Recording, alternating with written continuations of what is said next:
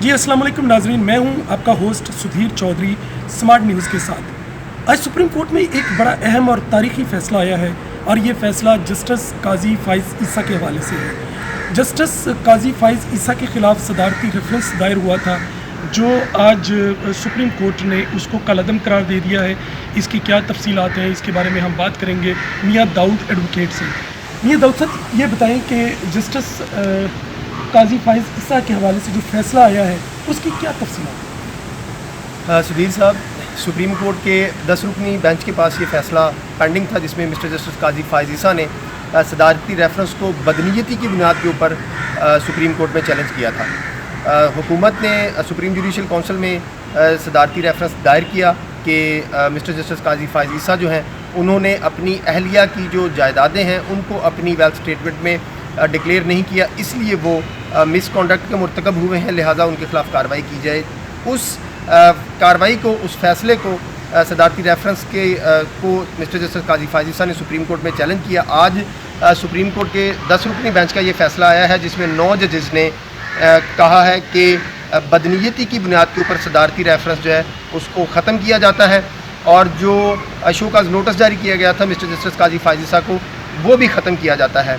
जो एक जज हैं मिस्टर जस्टिस यहया अफरीदी साहब, उन्होंने कहा है कि सदारती रेफरेंस के ख़िलाफ़ जो दरख्वास्त थी वो नाकाबिल समात है, इसलिए उन्होंने काजी फाइज़ ईसा की दरख्वास्त को खारिज किया है। इसलिए उनके वो अक़लियती फ़ैसला है, उसकी कोई अहमियत नहीं है। जो 9 जजों का फ़ैसला है, अक्सरियती फ़ैसले की जो है वो बात जो है वो मानी जाएगी। उसके बाद इसको ये मुख्तसर फ़ैसला है। इसके अलावा जो डिस्प्यूट था टैक्स का कि मिस्टर जस्टिस काजी फाइज़ ईसा की अहलिया की जो जायदादें हैं बाहर, उनकी ख़रीदारी कैसे की गई, सोर्स ऑफ इनकम क्या था, उन्होंने अपनी वेल्थ स्टेटमेंट उसको क्यों डिक्लेयर नहीं किया, इसकी बाबत उन्होंने जो इनलैंड रेवेन्यू के कमिश्नर हैं उनको हदायत की है कि वो अपनी जो इनकम टैक्स ऑर्डिनेंस 2001 के में दी गई मुद्दत है उसके मुताबिक वो डिस्प्यूट तय करें। जो मिस्टर जस्टिस काजी फाइज़ ईसा की अहलिया और उनके बेटे और बच्चे हैं उनको नोटिस जारी करें, उनको पर्सनल हियरिंग का मौका दें और उसके ऊपर अपना फ़ैसला करके अपनी रिपोर्ट जो है वो सुप्रीम जुडिशल काउंसिल को अरसाल करें। फिर सुप्रीम जुडिशल काउंसिल इस बात का फ़ैसला करेगी कि इस प्रोसीडिंग के दौरान मिस्टर जस्टिस काजी फाइज़ ईसा का कोई जुडिशल मिसकंडक्ट हुआ है या नहीं। तो अगर तो कोई ऐसी बात सामने आएगी तो सुप्रीम जुडिशल काउंसिल कार्रवाई करेगी, अज खुद कार्रवाई। अगर नहीं आएगी तो ये मामला एक आम टैक्स पेयर की हद तक का मामला बनकर डिसाइड हो जाएगा। मियाँ दाऊद, ये बताएं सर्विस रूल्स एक्ट क्या कहते हैं? कोई भी सरकारी मुलाजिम इस बात के ऊपर जो है उसके ऊपर लागू होता है कि अगर उससे पूछा जाए कि तुम्हारे या तुम्हारी फैमिली के एसेट्स तुम्हारी तनख्वाह के मुताबिकत नहीं रखते तो क्या उससे पूछा जा सकता है? अगर उससे पूछा गया है तो क्या उसके ऊपर वो दरख्वास्त दे सकते हैं कि ये गैर कानूनी है? बिल्कुल, ये सर्विस ऑफ पाकिस्तान और जो जुडिशरी है उसमें बड़ा डिफरेंस है। इस बात में कोई दूसरी राय नहीं है कि जजेस काबिल एहतसाब हैं, जजेस से पूछा जाना चाहिए और उनके सोर्स ऑफ इनकम, उनकी जायदादों के बारे में एक एक चीज़ की इंक्वायरी होनी चाहिए। इस बात में कोई दूसरी राय नहीं है। जजेस कानून से बालातर नहीं है। हर शहरी इस बात का पाबंद है कि उसके जो असासे हैं, अगर मुतल्लका हकाम FBR जो है वो उससे पूछता है तो उसको बताने का पाबंद है, लेकिन वो कानून के मुताबिक आपने पूछने हैं, गैर कानूनी तौर के ऊपर नहीं पूछने। अगर मिस्टर जस्टिस काजी फाइज़ ईसा से जो टैक्स का इनकम टैक्स ऑर्डिनेंस की 201 की सेक्शन 116 का प्रोसीजर अडॉप्ट कर लिया जाता तो काजी फाइज़ ईसा साहब कहते हैं हम सब कुछ बताने के पाबंद थे। यही उनका केस था कि आप मुझसे सब कुछ पूछ लें, मुझसे पूछ लें, मेरी अहलिया से पूछ लें, मेरे बच्चों से पूछ लें, कानून के मुताबिक पूछ लें, मैं बताने का पाबंद हूँ, गैर कानूनी तरीके से बताने का पाबंद नहीं। लेकिन अभी आपने कहा कि सदारती रेफरेंस बदनीयती पर मबनी था।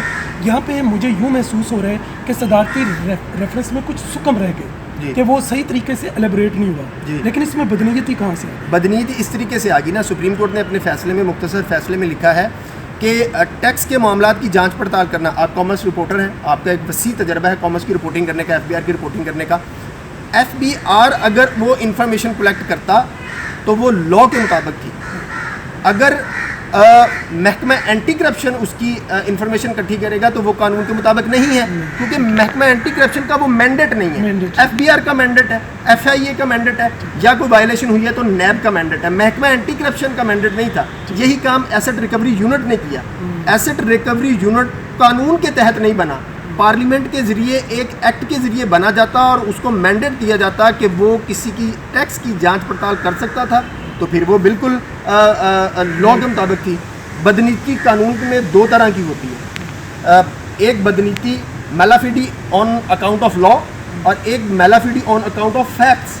اگر قانون کے مطابق میلافیڈی کا مطلب یہ ہے کہ آپ نے کسی قانون کو وائلیٹ کیا ہے تو وہ میلافیڈی آن لاء ہوگی۔ اگر آپ نے حقائق چھپائے ہیں، مثلاً 1-2 روپے میری جیب سے برآمد ہی نہیں ہوئے تھے، وہ برآمد آپ کی جیب سے ہوئے تھے، لیکن وہ آپ نے میرے میں ڈال دیا اور ثابت ہو گیا کہ وہ آپ کے تھے، تو یہ میلافیڈی آن فیکٹ ہوگی، اس کے اثرات اور ہوں گے۔ وہ بینامی اکاؤنٹ میں نہیں آئے گا، وہ بینامی اکاؤنٹ میں نہیں آئے گا، وہ آپ نے اس کو الیبوریٹ کرنا ہے۔ جب یہ بات ثابت ہو گئی، جب یہ بات ثابت ہوگی کہ فیکٹس میرے میں نہیں تھے، وہ 2 روپے آپ کے تھے، یہ بات ثابت ہو جاتی تو پھر یہ میلافیڈی آن فیکٹس ہوگی۔ اچھا نہیں تو یہ بتائیے کہ جیسے کہ یورپ، انگلینڈ اور جو ہماری دوسری جتنی بھی مغربی ممالک ہیں، وہاں پہ آپ کے جو بھی ایسٹس یا جو آپ کی انکم ہوتی ہے وہ ڈکلیئرڈ ہوتی ہے۔ بالکل، ان کی جو ہمارے سورسز ہیں وہ بتاتے ہیں کہ ان کی وائف کے سارے ایسٹس ڈکلیئرڈ تھے، تو پھر پاکستانی گورنمنٹ اگر ان کے اوپر وہ ایلیگیشن لگاتی ہے کہ یہ ایسٹس جو ہیں وہ مسٹر جسٹس قاضی فائز عیسیٰ کی طرف سے کوئی رقوم وہاں پہ منتقل کی گئی، اس کی طرف سے بنائے گئے ہیں، تو وہ اگر وہ اپنے جو ان کی ڈکلیریشن ہے وہ یہاں پہ آ کے کلیئر کر دیتے ہیں تو یہ معاملہ ختم ہو جائے گا۔ اور دوسرا یہ بھی بتائیں کہ اس کے اثرات کیا ہوں گے اس فیصلے کے؟ یہ معاملہ تو آج ختم ہو گیا، کل ہی ختم ہو گیا تھا یہ معاملہ، جب مسٹر جسٹس قاضی فائز عیسیٰ کی اہلیہ نے اپنی ایک چیز سپریم کورٹ کے 10 رکنی بینچ کے سامنے بتا دی۔ انہوں نے اپنی ہر جائیداد کی قیمت بتائی کہ یہ جائیداد میں نے اتنے میں خریدی، یہاں سے پیسے آئے تھے وہاں سے خریدی، دوسری جائیداد میں نے یہاں سے خریدی اور اس کی اتنی مالیت ہے، اس کی منی ٹریل دے دی، اس کی ساری منی ٹریل دے دی، ساری منی ٹریل۔ تو یہ معاملہ ان کی حد تک کل ہی ختم ہو گیا تھا۔ اس کے اثرات آگے کیا ہوں گے؟ اس کے اثرات یہ ہوں گے، اب ایف بی آر جو ہے وہ صرف مسٹر جسٹس قاضی فائز عیسیٰ کی جو اہلیہ ہیں ان کی انکم ٹیکس آرڈیننس کے تحت دیکھے گا۔ کچھ لوگ یہ تشریح کر رہے ہیں، کچھ لوگوں کا یہ خیال ہے کہ یہ فیصلہ چونکہ صدارتی ریفرنس بدنیتی کی بنیاد کے اوپر قلم کیا گیا ہے، اس لیے صدر کے اوپر کوئی کارروائی ہوگی یا وزیر اعظم کے خلاف کوئی کارروائی ہوگی، ایسی صورتحال نہیں ہے۔ یہ صورتحال افتخار محمد چودھری والے کیس کی بنی ہے۔ یہ میلافیڈی آن لاء ہے۔